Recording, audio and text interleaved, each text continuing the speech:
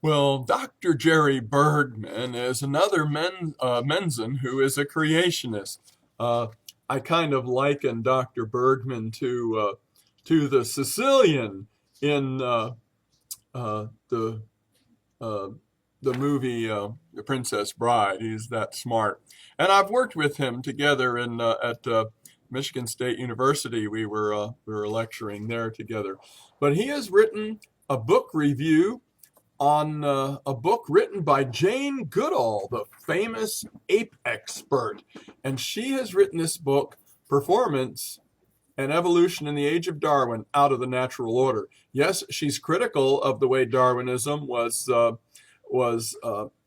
touted from the year 1820 to 1900. And by performance, she does mean play acting, because look what Dr. Bergman found in this book.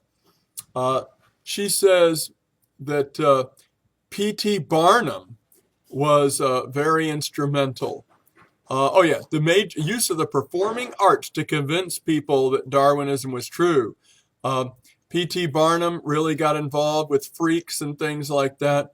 Um, she covers the years 1830 to 1900 as when she said Darwinism became uh, established, that various non-Caucasians were exploited as proof of evolution.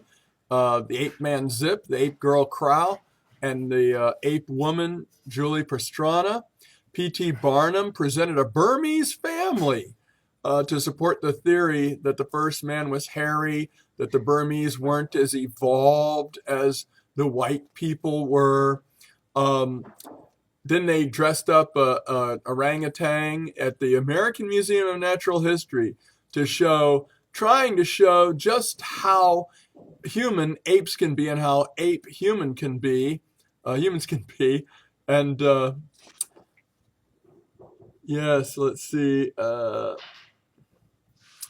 all about proving that apes and humans were related. Uh, the travesty of Negroes and other races considered inferior to the highest evolved humans, the whites. Oh, by the way, Darwin himself felt like the highest evolved whites were the Anglo-Saxons, because he was Anglo-Saxon. Hitler believed the highest evolved whites were the Germanics, the Aryan race, the Teutonics, because he was Aryan. And so it just depends on your egocentric, superior racist position, whether you're going to be a Darwinist who thinks your particular breed even is obviously the least ape-like and the most advanced, Homo novus, as Sheldon Cooper puts it.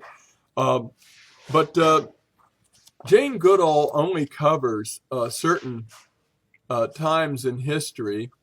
They said that, yes, some evolutionists saw these as vulgar proof, but most of them couldn't resist the urge to use these evidences. But, she didn't cover after the year 1900, when Oda Benga, who I believe was an Australian Aborigine, was brought to the United States and put in a cage in a zoo. This is a man, a human, put in a cage in the zoo.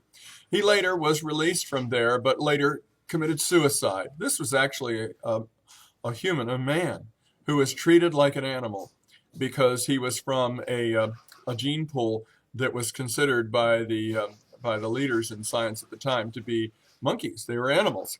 All of the the Tasmanian Aborigines were extincted, and they were actually stuffed and put in museums as study taxonomy, taxidermy for evolution. The queen of the Tasmanian Aborigines was the last that was left, and she asked, her dying wish was that she not be stuffed and put in a museum. Of course, after she was dead, that's exactly what they did with her. Her body was, the taxidermy was done, and there she is with marbles in her eye sockets as proof that these were just throwbacks from the days when people were apes. These are very intelligent people. They have all the intelligence that any other breed of human. Remember, there's just one race. And Darwin's book was entitled On the Origin of the Species by Means of Natural Selection of Favored Races in the Struggle for Life. I'm sorry, but to be a wholesale Darwinist, you have to be a racist. Richard Dawkins admitted it, and it's hard to get most politically correct evolutionists to admit the horrors of the not politically correct stances that you must take if you want to be a true Darwinist. Well, anyway, on that note, Merry Christmas and God bless you all. But remember the dark shadow that nips at your heels if you're flirting with Darwinism as a worldview. God bless. Bye bye.